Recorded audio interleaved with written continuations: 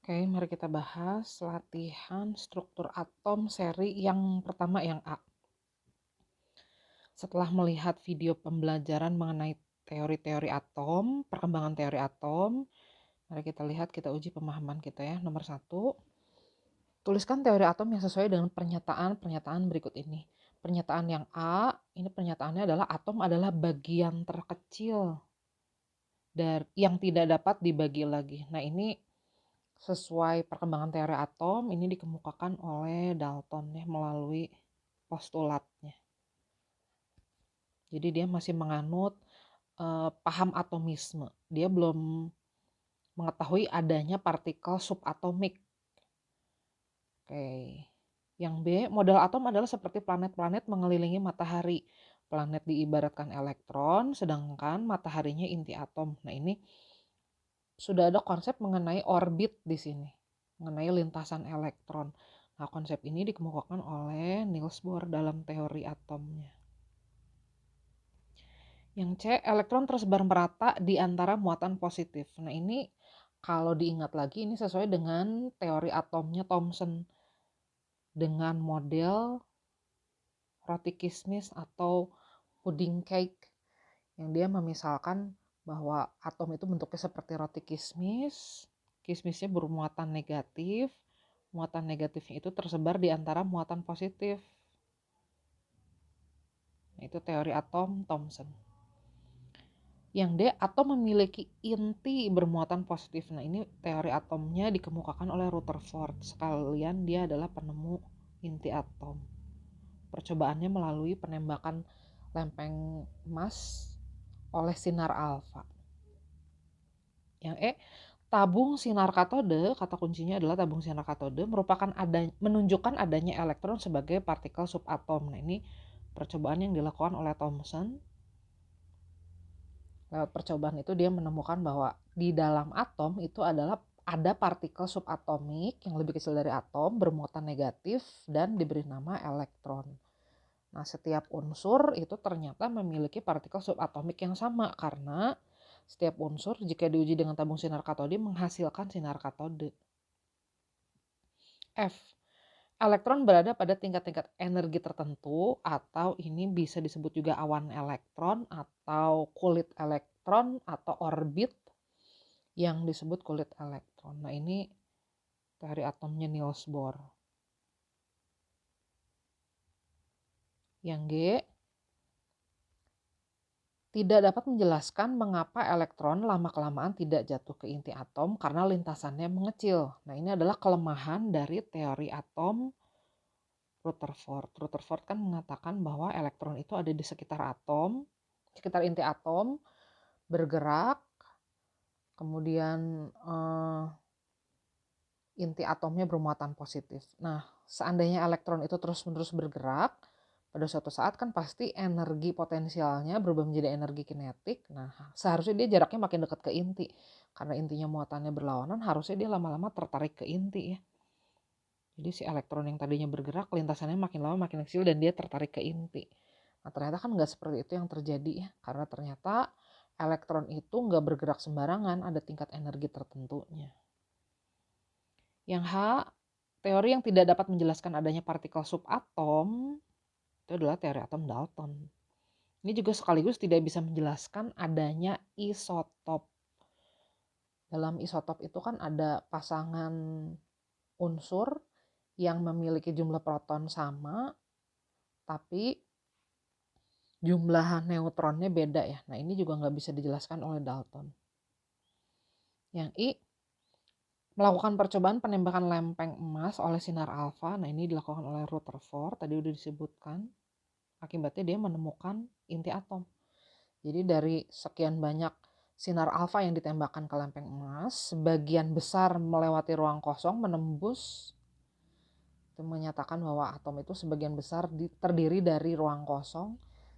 Sebagian kecil dibelokkan, berarti itu hampir kena elektronnya. Dan sebagian kecil sekali dipantulkan, itu berarti mengenai inti atom.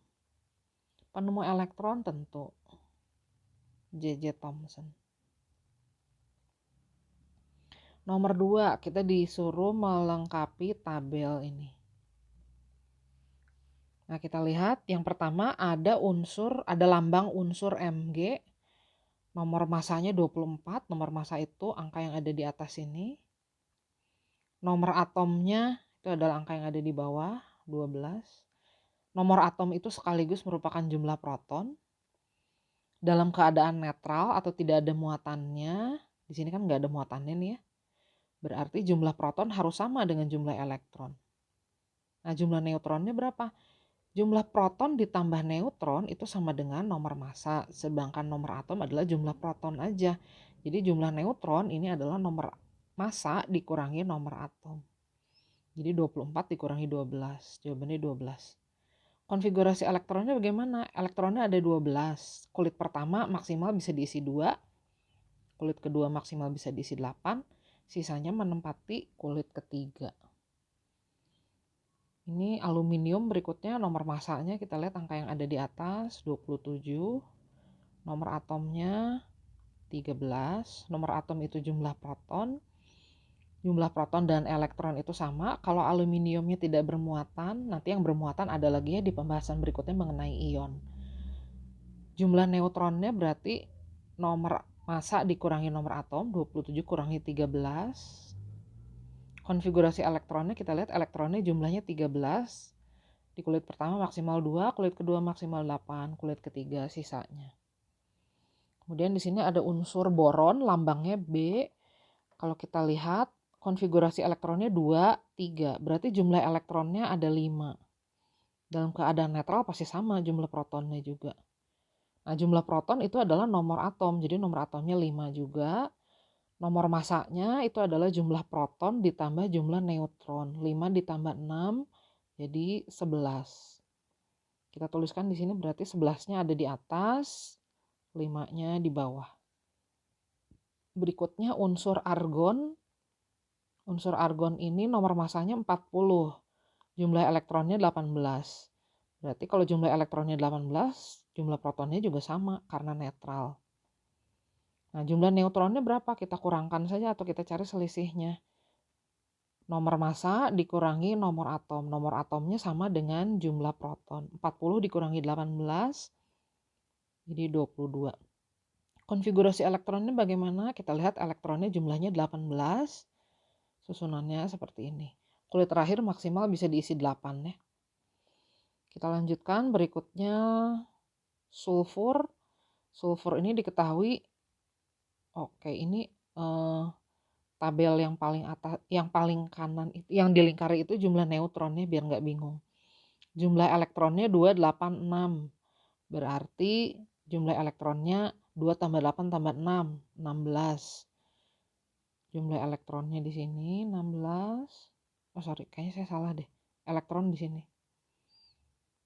Ini kalau dilihat dari atas gini nggak bingung kan ya? Gini aja deh biar nggak hilang judulnya.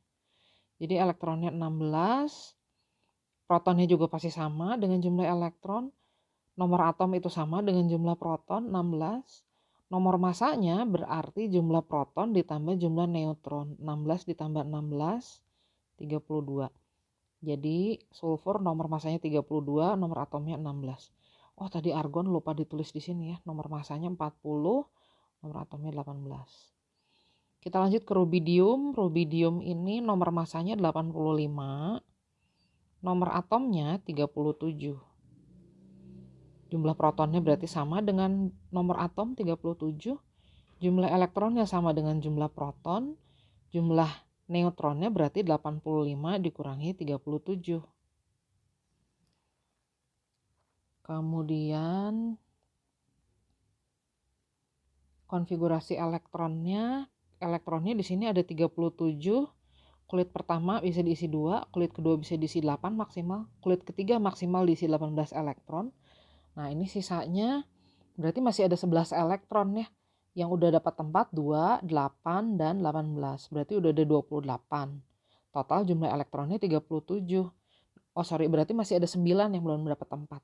Nah, kita tidak diizinkan menuliskan 9 elektron di kulit terakhir karena jumlah maksimalnya aturannya adalah 8. Jadi kita pecah.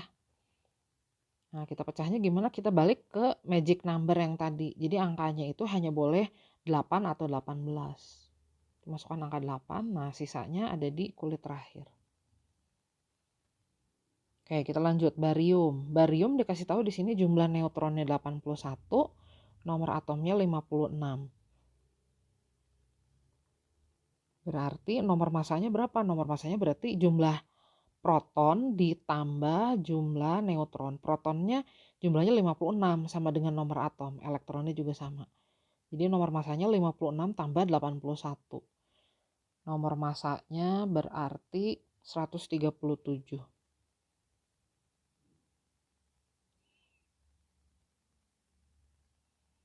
Berikutnya indium, nomor masanya 114. Nomor atomnya 49. Jumlah protonnya sama dengan nomor atom 49.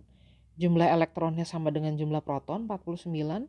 Jumlah neutronnya selisih nomor massa dengan nomor atom. Jadi 114 dikurangi 49, 65.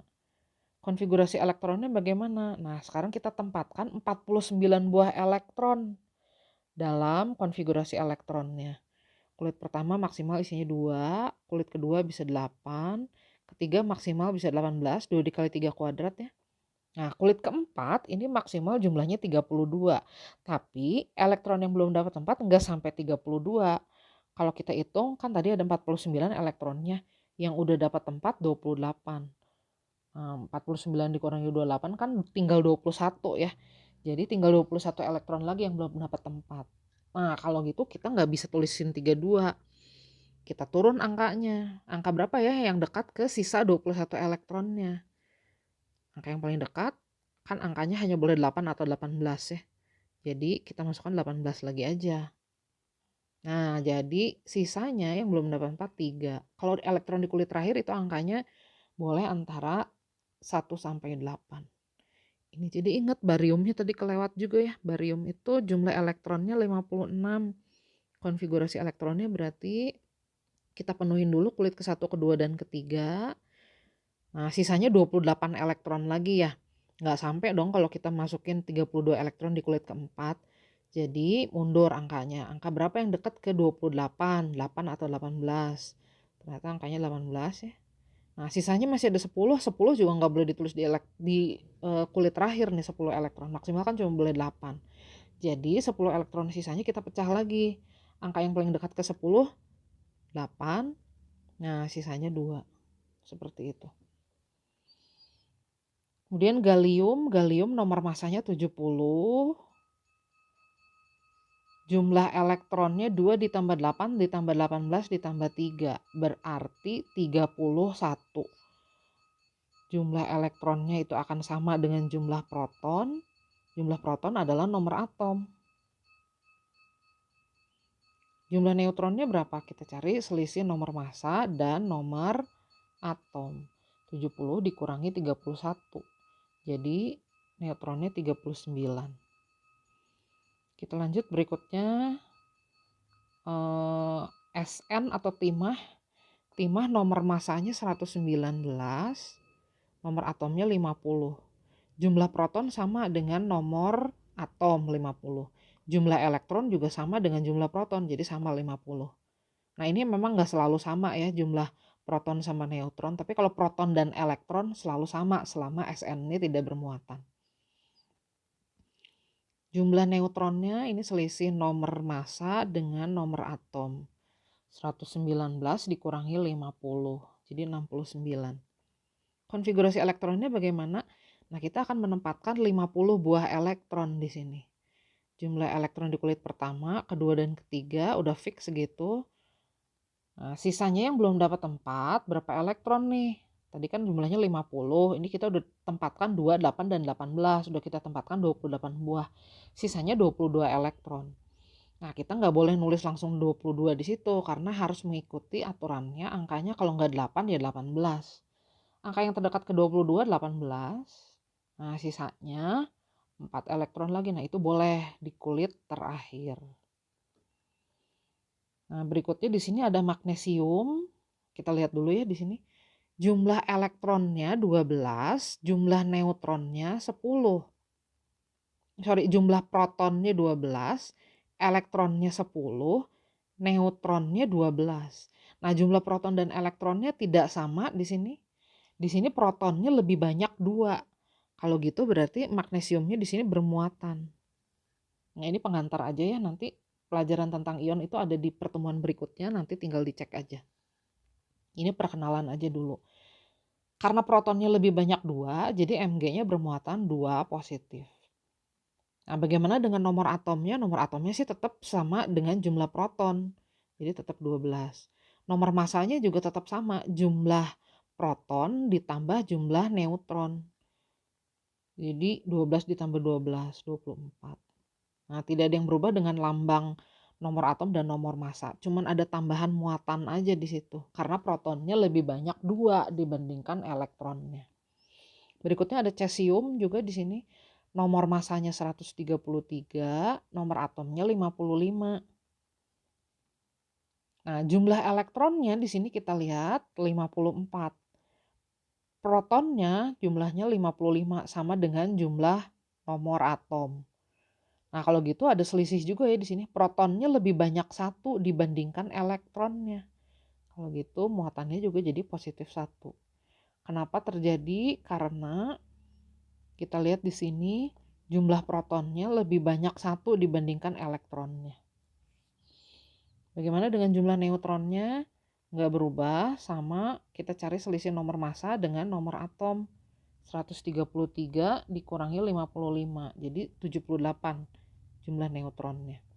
Konfigurasi elektronnya bagaimana? Nah, kita sekarang menempatkan 54 buah elektron. Jadi elektronnya tidak 55, 54. Nah, kita udah menempatkan 28 elektron. Berarti sisanya tinggal 26. 26-nya kita pecah lagi, magic number-nya 18 kan deh. Nah, 26 dikurangi 18 sisanya masih 8. Nah, 8-nya di kulit terakhir. Berikutnya brom. Di sini brom jumlah protonnya 35, elektronnya 36, neutronnya 45. Protonnya lebih sedikit daripada elektronnya. Elektronnya lebih banyak 1. Jadi muatannya -1. Biasanya kalau 1 nggak pernah ditulis angkanya, hanya cukup ditulis plus aja atau min aja. Itu artinya +1 dan -1. Nah, nomor atomnya berapa? Nomor atom itu selalu sama dengan jumlah proton, jadi 35. Nomor massanya itu selalu jumlah proton ditambah neutron, jadi 35 ditambah 45, 80. Jadi kalau kita tulis di sini nomor massanya 80, nomor atomnya 35. Nah, elektronnya sekarang jadi 36. Kita sekarang tuliskan konfigurasi 36 buah elektron. Ini udah 28, berarti sisanya 8. Oke, cukup untuk latihan yang pertama.